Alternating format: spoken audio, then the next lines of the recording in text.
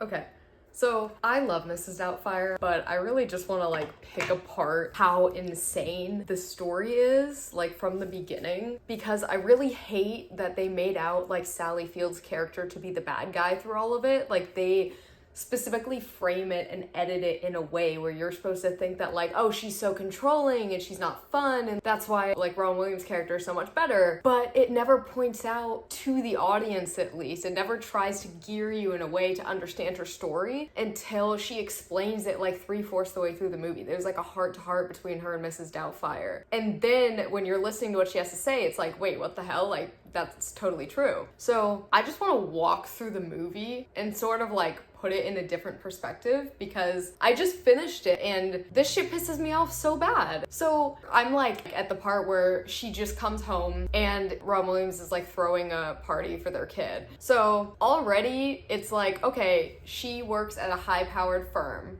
She drives a brand new BMW and she can't even have a full day at work without having to come home because her neighbor's calling her saying, hey, there's this huge problem at your house. Like, she literally has to leave her job, which she's clearly a millionaire. This is a multi-million-dollar house, and she's clearly the one providing for the entire family, including Robin Williams' character. He drives like a mid-80s station wagon, and the like first scene in the movie is him as a voiceover artist. And one, as an actor, like that's already a hard job to find. Most people who are in acting are also holding a separate job to be able to stay afloat. He's not doing that, and even though he has a job as a voiceover artist for this particular gig, he quits it because he's like, according to my conscience, I don't want to promote smoking to kids, which makes sense. But I think it's very important to say that he has the ability and the opportunity to quit that job because his wife is a multi-millionaire and is literally supporting the entire family. Like, he doesn't even have to work. And it's clear that he does not hold a full-time job. Like, he like gets this gig every once in a while, but he's not even standing strong like holding that. Like, he's totally fine just quitting according to conscience. But I feel like that's also just a good way of trying to make yourself sound like you're a good person when in reality you're just lazy, and he's clearly like a lazy bum in this. Like, I'm not even gonna lie. It's giving Phil Dunphy, because Phil is a terrible husband, but he's like fun with the kids, right? Like, he's like a good father. Except Phil actually has a job, where in this case, Ron Williams' character does not have a job. Anyway, so I'm at the part where she just gets home and she's like looking at the goat and is like, you ate my begonias. And I want to point that out because clearly she's the one who did the gardening. If she's saying it that way, she's the one who literally raised these plants outside and manicured them, on top of doing the housework, the cooking, taking care of the kids, making all the money. And Robin Williams didn't even care that there were pets out there and that they were gonna eat her flowers. Like, that minuscule thing that probably brings her joy when she's not working, he didn't even give a fuck if it was destroyed. So it's like a few minutes later, it's where she's already walked into the house and she's seeing the party. And a few things. One, yeah, obviously the place is a mess, but for some reason, even though it's their 13-year-old son's birthday, there's a bunch of like 4-year-olds there. But what I'm seeing is like there's no supervision. And so like there are so many things that could go wrong and get broken, and these kids could get hurt because there's literally one adult, it's Robin Williams, but he's literally dancing on the table, shoes on by the way, with his son. And it's like, okay, the fact that he just knows that he's not gonna have to clean this up, and he said at the beginning of the movie like, your mom won't be home for a few more hours, so like I'll have it all cleaned up by then. But I highly doubt that. There's this one episode of Modern Family actually where Cam is like making food and Mitchell's like, you have to clean it this time because I hate cleaning up after you. And Cam's like, yeah, I'll clean it when you get back home. And then at the end of the episode, it basically is Cam saying like, okay, you're right, I do leave the mess hoping that you'll clean it up because I don't want to do it. And it's like, that's 100% like what is being shown in the movie right now. Also, when she pulls the plug on the party and then Robin Williams looks up at his son and is like, party's over. Like, he's like playing the victim in this scenario. Like, you're supposed to feel bad for him. Not the son, but Robin Williams, even though he's the one fucking it all up and now now he's playing the victim. And then the next scene where it's all the kids that are like watching their parents fight while they're cleaning up the house. Robin Williams is literally screaming at her because she came home after getting a call and busted the party, even though there was literally a police car outside. I was telling Sally Field when she came home, you can't have animals here. There was a noise complaint. Like, that's not even her choice. The police are literally there to shut down the party. He's screaming at her top of his lungs, and he has a free ride in life. I'm just saying, like, the absolute audacity, and it's only like 10 minutes through, is fucking insane. You have all the fun and I get whatever's left over. Oh, you chose the career, Miss I have no choices here, Daniel. I have no choices. Even when I try to do something fun, you have to do it 10 times bigger. I bring home a birthday cake and a few gifts. You bring home the goddamn San Diego Zoo and I have to clean up after. Oh, I'm sorry, but it's not toxic waste, it's a few party place, Why huh? am I the only one that feels there has to be rules? Oh. Why do you always make me out to be that heavy? Oh, I don't make you up to be anything. You do it yourself, quite You naturally. set me up, Daniel, every time. Oh, I don't feel so. Oh, lighten up, will you? Just realize you're spending too much time on those corporate clones you used to despise. I spend too much time with you, Daniel. It's over. Yeah, he is making her out to be the bad guy, and she's saying, like, why are you doing this to me? Like, basically, like, why are you putting me in this position where you have fun, you do whatever the hell you want, and you give them these unrealistic expectations as to what you're able to do in life and how you're able to treat people also, because he literally treats her like a fucking maid, even though she's supporting his entire existence. And she's like, why do you frame it this way? And it's like, yeah, that's so true. If you really step back from the whole film, you realize that he so desperately wants to be the center of attention and wants to be the star, but has no job, no money, no qualifications. This man's a fucking failure, and he so desperately wants to be the center of attention. She's naturally the center of attention because she's worked so hard creating this life for herself, and he's so fucking jealous of her, but he won't do anything to get to that level. He just wants to take away her shine, and she's talking about how, like, she becomes this more negative version of herself when she's with him because she has to enforce rules. She has to keep everyone in line, and he loves putting her in that position so that he can play like the hero and the good guy and the fun person who gets all the praise, because he can't stand the idea of someone not looking at him in that way, it seems. Also, he says, well, you're not fun anymore because you chose a career and you spend too much time with those corporate clones you used to despise. And she says, I have no choice. And it's like, yeah, no shit, you have no choice. This man has no job. This man has no money. You have 3 fucking kids. Like, he is living in a complete fantasy world here. That would be anywhere. But let's point out the fact that this is San Francisco and they live in a multi-million-dollar mansion. Even if they don't live in a multi-million-dollar mansion, it's San Francisco. This is not a cheap place to live. It wasn't in 1993 when this movie came out, and it's not now. He's already in fantasy, but it's tripled given the place that they actually are. He's literally a giant man baby. He never had to grow up because he's been hitched on her this entire time and gotten a free ride in life, and she's been taking care of him this whole fucking time. And she could have all this joy and happiness, and all he's doing is taking that from her because he's not supporting her, he's not hyping her up, he's not proud of what she's doing. She just comes home to a mess or a problem that he expects her to take care of, that he caused most of the time, and he's literally just mean. He is just passive aggressive to her and an asshole. Like, he's literally not nice to her. Like, he hates this woman. He's so happy to profit off of her this entire time, but he fucking hates her and he's so fucking jealous of her. Okay, and then right when she says, I spend too much time with you, like, it's over, we're getting a divorce, he switches up like that. And he's like, whoa, what do you mean? Like, no, we're not gonna get a divorce. Like, that's not gonna happen. Like, come on, calm down. Because, and I'm 100% sure it's not like, oh, he's gonna miss her, he loves her. It's like, no, he's gonna lose his way of life that comes to him for free. And he's mad about that. So now he's gonna, like, patronize her. And then he says, like, oh, well, let's take a vacation. Like, let's go to family therapy.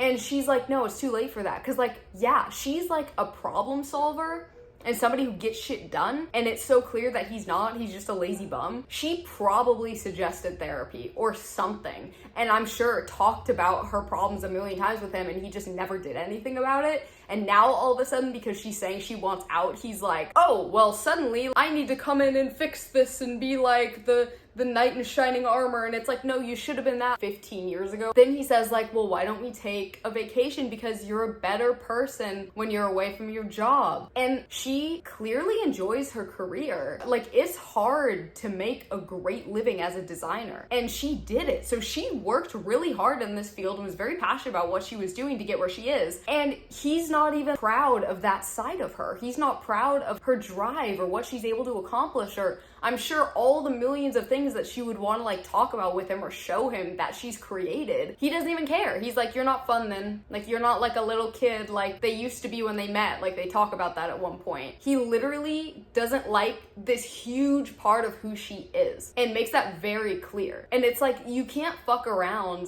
and be childlike anymore. Like, y'all are like 45 or something like that. And he's still acting like we're in high school and she's a normal, successful person who has adapted to the real world, and he has like Peter Pan syndrome. And then she's like, our problems will be here if we come back from a vacation. And he's like, well, why don't we move and hope our problems won't follow us? And it's like, you wouldn't do anything in that move because you don't have any money and you're also not helpful. So she would have to pack up everything, get a moving crew in, spend all that money, find the new house, deal with the kids, and like everything will still be her fault even if you move. But then she's like, hey, please don't joke, like, and then goes on this conversation about why things aren't working, which I'm 100% sure she's had a million times before, but it didn't matter because she wasn't leaving him. Now that she's actually leaving him, suddenly he's listening and wants to change. But the fact that she even says, don't joke, like she's talking to him like he's a child. Like she's like trying to corral in his emotions and get him to like calm down so she can say her point. But it's like, this is your life partner and he's clearly not a partner. Like, she clearly has to like take steps to get him to feel a certain way so he'll relax, and she has to like really like take control of the situation to guide him subconsciously in a specific way so that he'll like cooperate with what she's saying, just so she can get her point across. Also, she says like, we've grown apart, we have nothing in common, like we're too distant now, which is obviously true. But then his only response to that is, of course we have something in common, we love each other. This drives me up a wall because it's like, you cannot sustain an entire relationship with somebody based on the fact that you're in love. What are you going to talk about? What are you going to do? This is talked about so much more now, and that's awesome, about how like romance is basically a way that any man, no matter how poor and useless he is, can get a woman to marry him so that he can have a free maid, housekeeper, chef, everything. What's not talked about in that is like the importance of having money. How are you gonna want to fuck this man if he's broke? How are you gonna want to fuck this man if he's lazy and you're out doing all this fucking work? You're having to support him. He won't do shit. He's showing you he disrespects you every day. He's showing you he doesn't care about how stressed you are, how you feel about the situation. Like, he's literally working against you every second of the day. Why would you want to come home and fuck this guy? Nothing is making him attractive to you. He's like ruining any chance of him being attractive to you avidly. He has such a childish response. The fact that he thinks that that's enough shows an extreme level of immaturity, shows that that's what he thinks has been keeping her on the rope this entire time. So he doesn't think that he needs to actually be a good husband because, oh, as long as she loves me, she'll stay here. Okay, next scene where he's at his brother's house. And he's saying, I'm not getting a divorce. My marriage is just on hiatus. And then his brother's like, I think he's in a bit of denial. And then Robin Williams is like, I know, Miranda, this thing's gonna blow over. That also seems like he's kind of picked up on her patterns. And obviously he's like conditioned her and worn her down for years to accept his shitty treatment of her. Like, that also seems like that's one of the techniques that he's been using. I know when I've pushed her too far, and I know when I haven't. And I also know that if I just stay away for a little bit, she'll have all these like nostalgic memories of me and how much she loves me and how attached she is to me, and it'll be fine. And I won't actually have to deal with like any issues here. In the first court scene, the judge literally says, right now you have no job and no place of residence, so the mom gets full custody. And Robin Williams is yelling at his lawyer and is like, well, can't you say something? Can't you like object? It's like, you have no job and no place to live. Where the fuck are the kids supposed to stay at if they're with you? Like, that's so obviously logical as to why that's happening. That's nothing against you. And then the judge is like, well, you can have visitation rights on Saturday. And then Robin Williams is like, one day a week isn't enough. Like, I need need to see my kids more than that. And it's like, yeah, he's giving you 1 day a week because you're supposed to be fucking employed. You're supposed to be building a life to support these kids with. He gives out this whole plea of, I love my kids so much, and I know this may be a lot of time to begin with. He literally says, I haven't been apart from them for more than 1 day since they were born. It's like, yeah, because you don't have a fucking job. I'm 100% sure she's doing business trips and shit. He's chud maxing so hard and it pisses me off. I'm at the part where Stu is introduced. I gotta say, I love Stu. I think he's the perfect guy for her. He says he's been following her career for a few years, but not in like a creepy stalker way.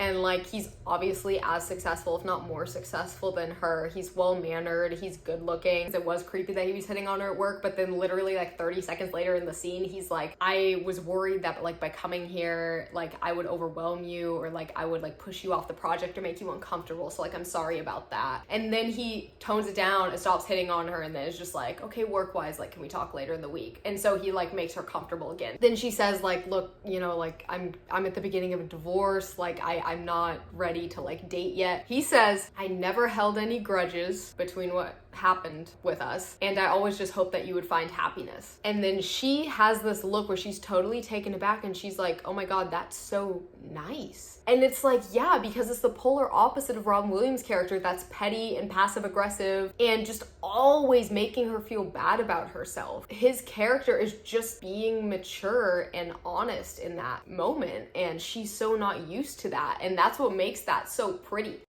It literally frames it like you're supposed to root against him. This is such a propaganda style movie for women of what you should accept. First time the kids are dining in his apartment, and we get to see his apartment, and it's disgusting, and he literally didn't pick up the entire coffee table of like leftover food, which is nasty.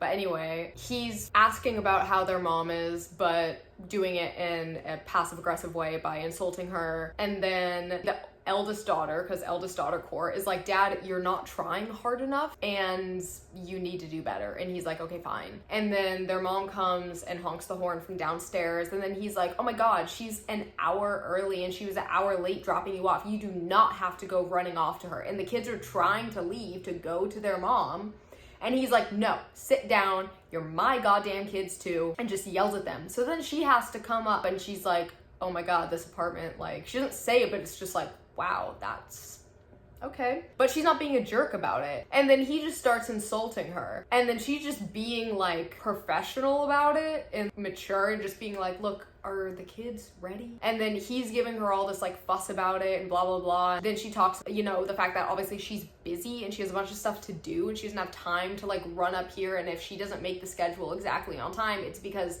she's now running this household independently. He doesn't have any fucking responsibility other than maintaining employment and getting an apartment. He literally has no, like, there's nothing for him to be busy with.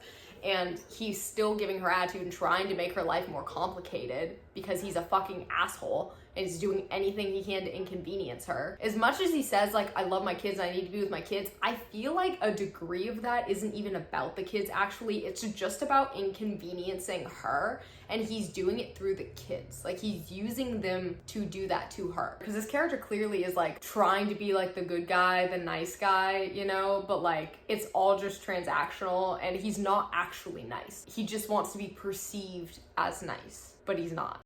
So when Mrs. Doubtfire is going to interview with the mom, and the oldest daughter is saying, why can't dad just play this role? Like, why do we need a housekeeper? And Sally Field is like, look, it's just that if your dad could get an apartment and a job, then he would be able to, and then it's cut off because Mrs. Doubtfire is like, I presume that when you're gonna slam the father of your children that you would ask the kids to leave the room first. And it's like, oh my god, Robin Williams is slamming like Sally Field in every fucking scene. And in front of the kids, every fucking time. It's always in front of the kids. Like, shut the fuck up.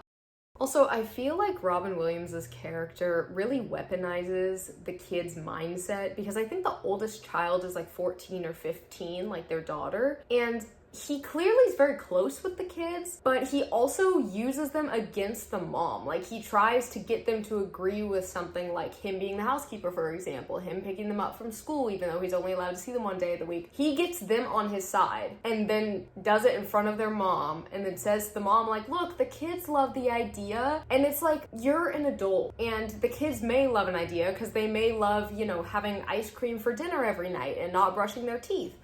But that's not good for them. And as an adult, as a parent, it's your job to make sure that they don't do something like that because it's going to have bad effects on them. Like, that's the point of you being an adult and the kids not running their own lives yet because they're children.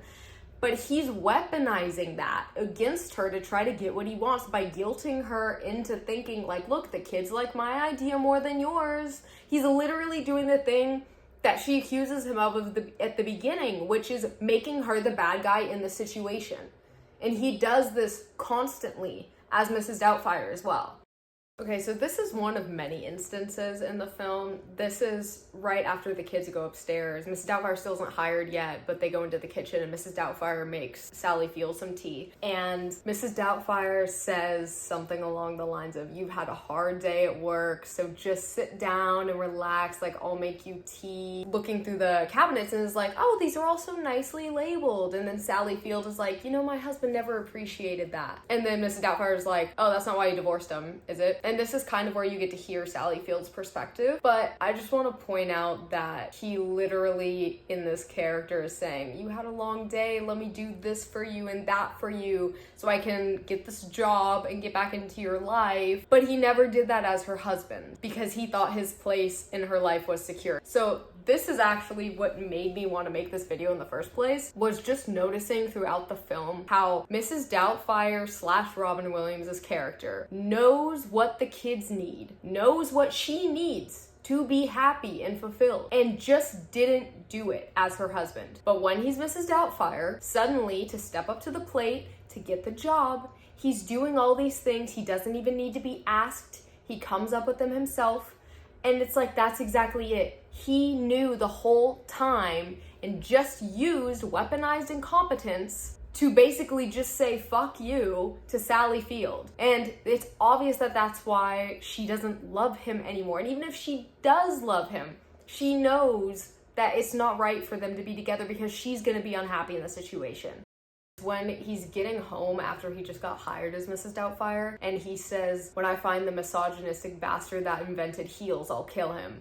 Which from a distance may sound like, oh yeah, feminism, but it's like, he is clearly a huge misogynist and he's only upset about that when it's affecting him and he's in the role of a woman. Okay, this is an editing note, but actually this line could have led to something really meaningful. For example, in the movie Tootsie, Dustin Hoffman has said multiple times how playing a role made him realize how much effort women are expected to put in their everyday lives, and he said that it made him a lot more sympathetic towards the women in his life now that he understands a little bit more about their daily struggle. And that could have been something that was highlighted in Mrs. Doubtfire because he is now doing all the housework, taking care of the kids, wearing the garments, but it literally just wasn't. So after the first day of working, the eldest daughter comes out and talks to Mrs. Doubtfire when she's leaving and says, thank you so much for making mom so happy. Like, it's been ages since we've seen her. We don't even remember the last time that she was this happy. And it's like, okay, so you knew how to make her happy the whole fucking time and you just didn't. How long after Mr. Doubtfire passed away, Winston, did you feel any desire?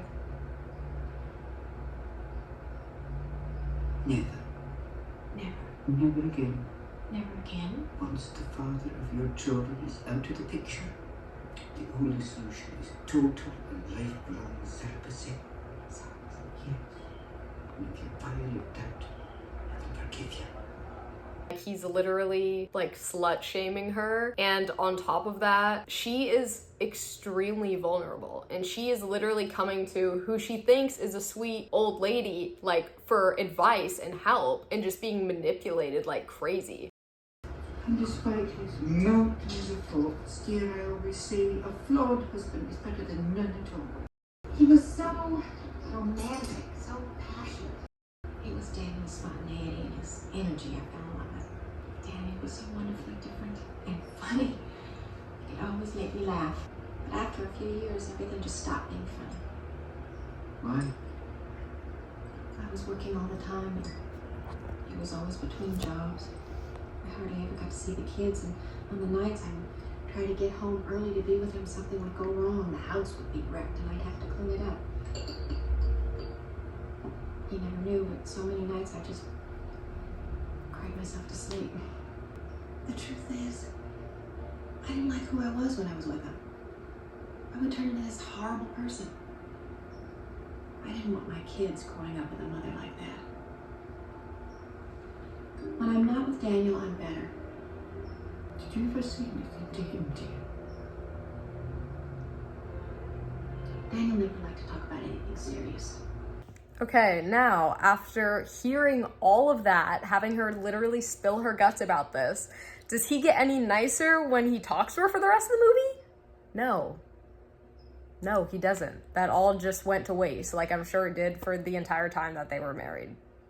Okay, so now is the pool scene where they just walked in. Mrs. Doubtfire is saying that Pierce Brosnan has liposuction and like they need a credit reference to get in and nobody's body here is natural and just all this shit because he's not at that level and literally can't afford that. And like, so he's just absolutely shitting on this man like you wouldn't even believe. Also, like, this is where Mrs. Doubtfire just goes and sits at the bar and Pierce Brosnan literally was like, just if you want anything, like put it on my tab. Like, even though Mrs. Doubtfire and Pierce Brosnan clearly like don't like each other, but that's 100% Mrs. Doubtfire's fault. Like, he's still paying for her and he's still paying for all the kids being there because he wants to get to know them, and he's being so mature and respectful about all that, even though like he's being insulted constantly by Mrs. Doubtfire. Also, I totally forgot this happened, but literally like a woman who's like 21 or something like comes up to the bar, and then Robin Williams as Mrs. Doubtfire, because like she's drunk now,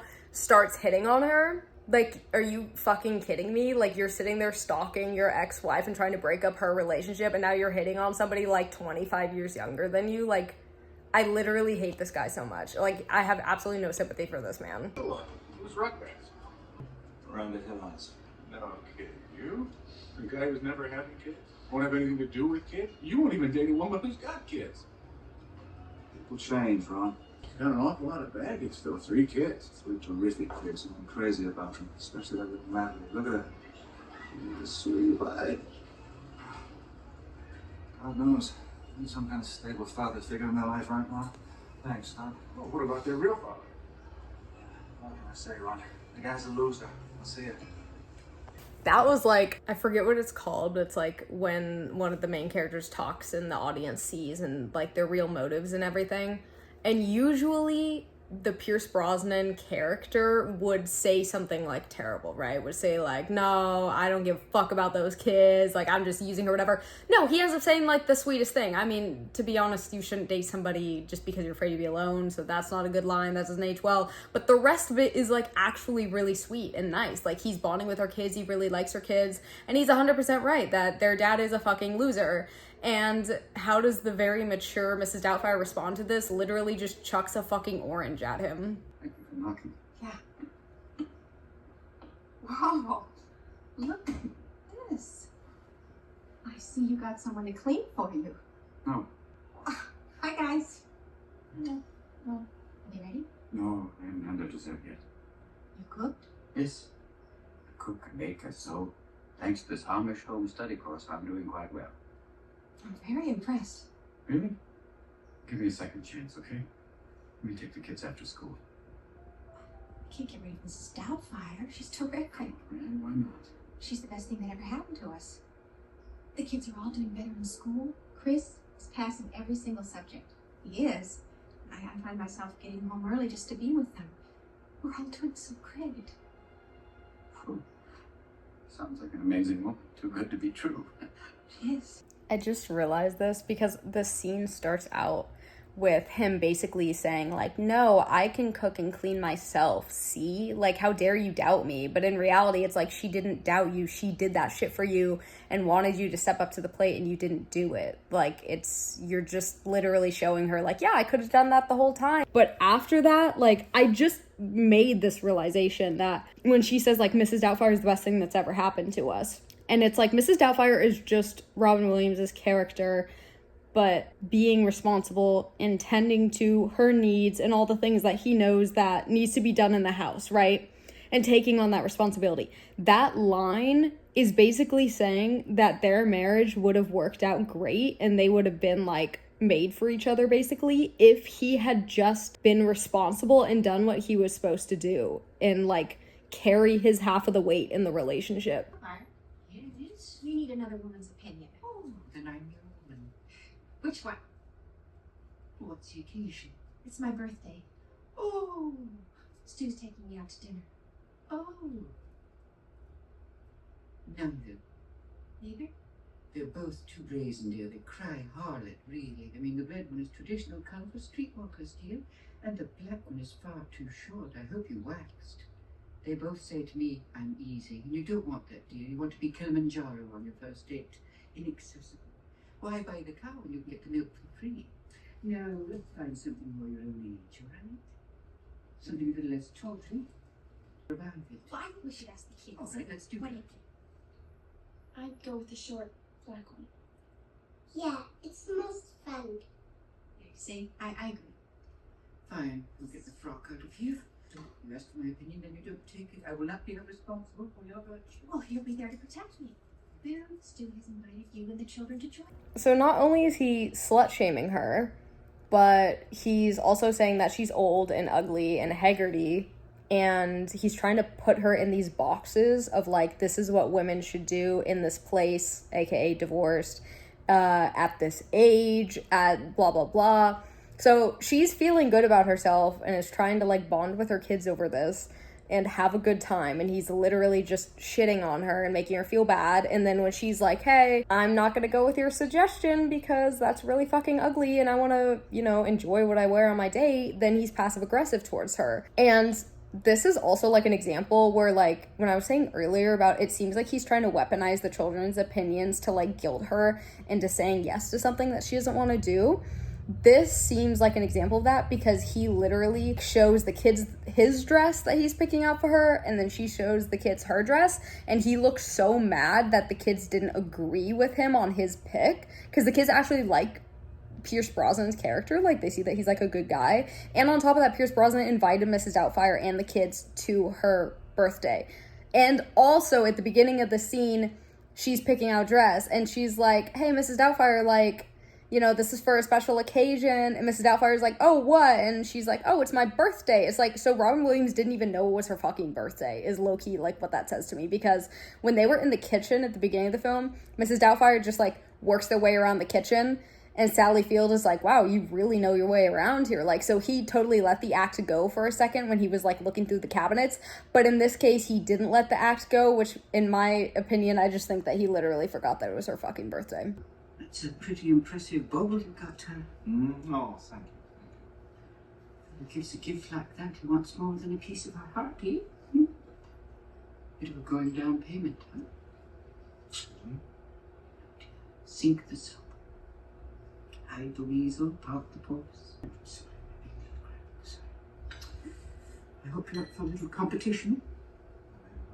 She's got a power tool in the bedroom, dear. It's her personal jackhammer. She could break sidewalk with that gun. She uses it in the light statements like a prison movie. Maybe she hasn't chipped her teeth. She's got the crabs, dear, and I don't mean Dungeness. I'm being blunt as a spoon, aren't I?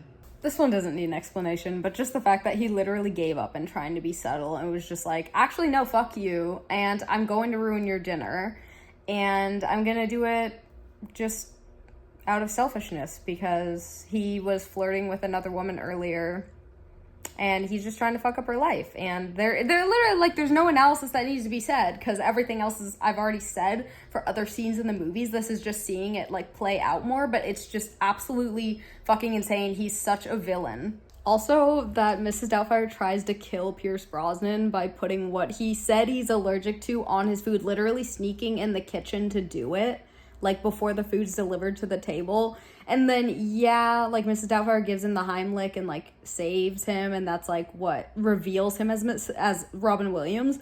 But like he literally just attempted to murder this man. So for the next scene, which is just the last court scene, when he has like limited visitation and it's supervised, and then after this scene he ends up yelling at her like, you knew the truth and you didn't even say anything, and you know how much I love those kids, and you know why I dressed up as Mrs. Doubtfire to see them.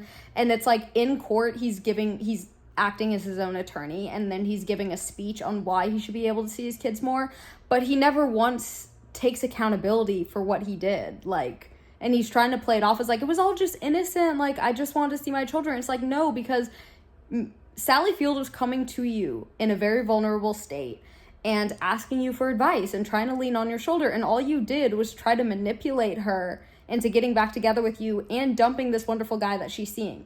Like, this was not a fully like innocent thing, or you would have stayed out of her new relationship entirely. You've been able to fool a lot of people into believing that you're a 60-year-old woman. And your little speech seemed to be very heartfelt and genuine, but I believe it to be a terrific performance by a very gifted actor, nothing more. No. See, so the judge's ruling is supposed to be like the bad guy, but he's right. Like, I feel like if you look into the deeper like psychological layers of this problem, it's like, no, he really is performing the whole time, and he's performing more for his own selfish interest than he is for the interest of his kids. And there's a lot of like insecurity in him in many different contexts that comes out through these performances, and like he's using it to like bash certain people, in this case his ex-wife and her new boyfriend, and also just manipulate people so that he can, one, be the center of attention, two, look like the good guy and like the person who comes in to fix everything, make everything great. But it's like, how much of that is really innocent and what he wants to do, like out of the goodness of his heart, and how much of that is ego? I feel like there's so much complexity with his character, but not in like a positive way. What can I do for you? The kids, we've been watching every day. It's nice to know they can see me every day.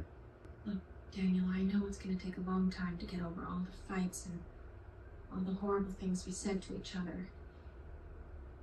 It's so hard. But I know somehow you and I will be all right. We'll get through this. But the kids, I don't want to hurt our children. So what do you want me to do? I'm gonna pretend like everything's alright, put on a happy face, smile. Jesus, man, you took my children away from me. I can only see them now with supervision. Some woman who comes and watches me with the kids like I'm some sort of deviant. If I try to hug them, she wonders why. You know what that's like? You just sat there in that corner. You knew the truth. You didn't say a word. You let that judge pass that despicable sentence. I was angry. Oh, Look, you hurt me. oh, you ripped my heart out. Will you come back and do it again? Winterwood. What? I don't want to do this anymore. I don't want to do anymore. Who did what to who? And the only thing I know to be true in my heart is that the children were happier when Mrs. Doubtfire was a part of their lives. She brought out the best in them. She brought out the best in you. You? What are you saying? Daniel, the kids need you. I need them.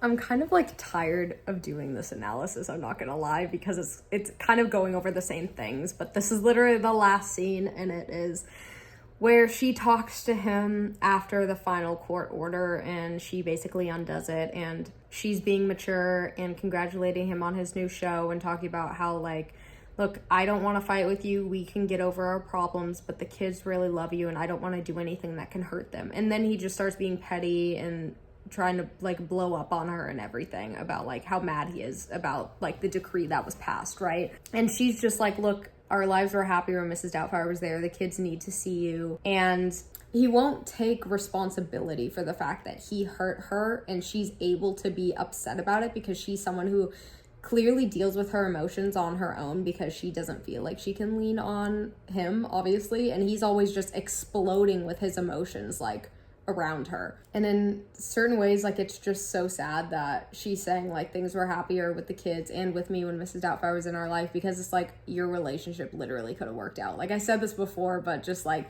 that's like the final conversation moment about it, of like, you could have been happy together as a family if he had just been responsible and less selfish and more mature, but he still isn't. Literally in the last scene, he still fucking isn't.